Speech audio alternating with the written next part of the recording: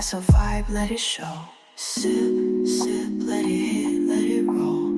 Crumb trails lead where the stories unfold. Bitter turns sweet when the passion is bold. Tea and burnt biscuits taste rich like gold.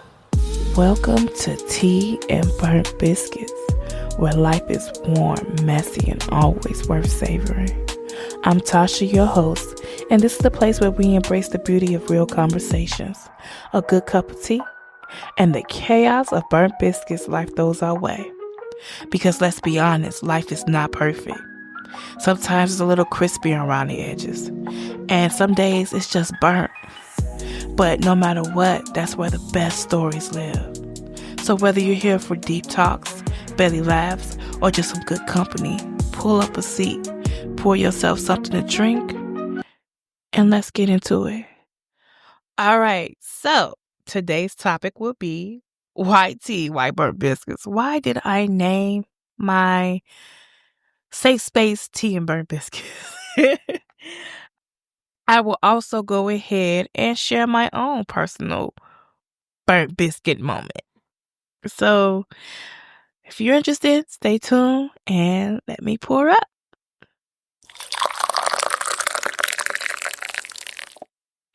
Tea and Burnt Biscuits is more than just a name. It's a vibe. Tea represents those deep, meaningful conversations, the kind where you spill your thoughts, your feelings, and maybe a little gossip.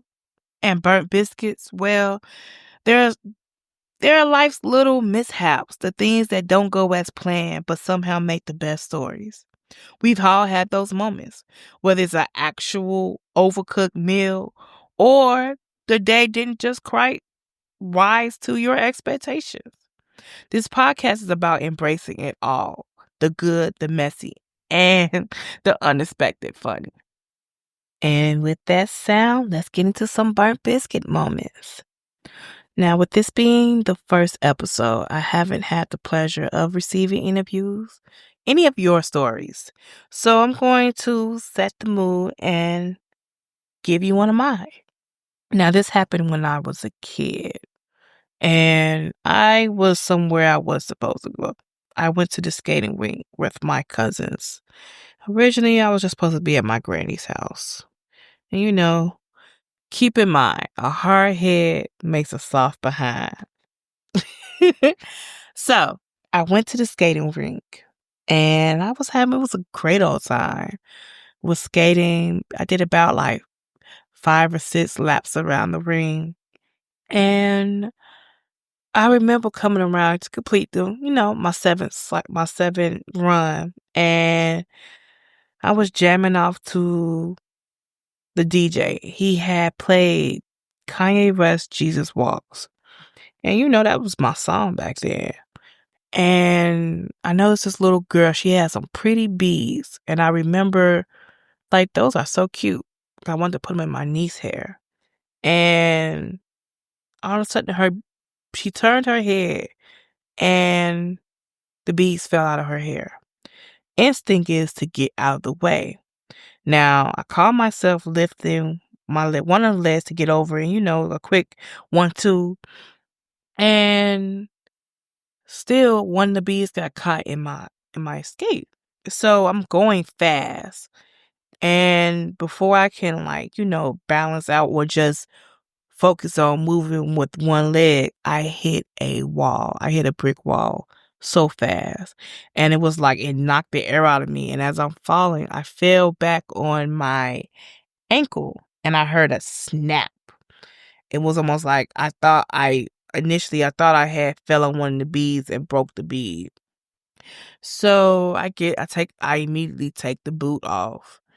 And as I'm sitting there, because I'm like, I can't believe this just happened, the DJ changed the song, mid-song, to Cry Me a River, Justin Timberlake.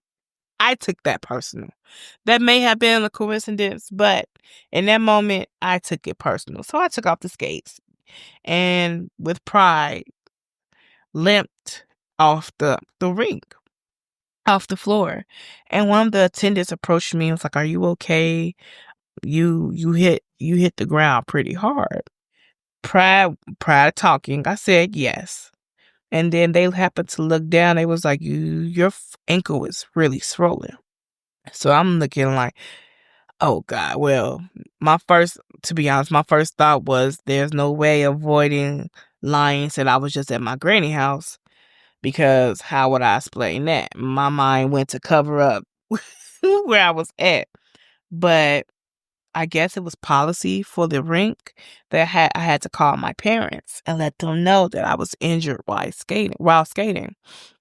And I looked at her like, I called my auntie, the auntie who dropped me off, and of course she didn't answer. So they really needed me to speak. They really needed to speak to a parent or a guardian. So I swallowed that bullet, and I called my dad. Do do do. I called my dad and let him know that I fell while skating. And he went, well, you weren't supposed to be skating. I said, well, I hurt my ankle and I need to be picked up, but you guys need to come. So he got off work, he came and he got me. Now, my dad was pretty upset because, again, I wasn't supposed to be there. So I ended up limping to his car, trying to downplay my injury. And he got in, and by then my ankle was starting to look purple. It's like purple red. It's like it's like a knot. It's like I had a knot on the side of my ankle as well. So he takes me to immediate care where they get the X-ray, and he's just going on like, you shouldn't have been there. This is why you should obey my words. And I'm just like, yeah, I know this. Because it's like I'm hearing him, but I'm like, this pain is louder than your words. So I'm just like, okay. I'm thinking it's going to be a sprained ankle and I'm going to get a punishment. And I'm just like, okay, but mentally preparing myself for the no TVs, no game, straight home type situation. Well, the doctor came in and they looking grim. So I'm looking like, oh Lord, they finna take my foot. That's where he was like, well, we got the results. And first thing I scream out is, are you going to take my foot? He cracks. My dad is holding his head like, this child. He comes in, he turns on the light, and he slides my X-ray up. And I'm looking, and I see the bone that's disconnected. And he was like, yep. He was like, you see that? That's a clean break. He goes, lucky for you, you won't need surgery, but you will be down. Now, this is beginning of my 8th grade year, elementary school. And I'm just like, it's still like summer, so you still want to be outside and whatnot. So I was just like, I guess I'm in the house too for the next couple of days. Not realizing a broken ankle, you're down for some months. So fast forward, I get home. My dad, I don't get on punishment, but he was like, the punishment is your broken ankle. Because everything has stairs. The house has stairs. School, my 8th grade class was like on the 3rd floor, the top floor of the building. Shout out Westcott. And it sucked because I believe all I can do, because I couldn't go to school. I wasn't able to go to school, so I was home the whole day. The whole day. And then my teacher, my 8th grade teacher, she would come and, go over the lesson with me. I didn't even know they did that in school. Well, CPS. I didn't know they did that. So she'd show up, we go in the living room, she'll do like a couple of my lessons with me and still give me homework. So now I'm home with a broken ankle, still had to get school, even though it's like coming to your house school.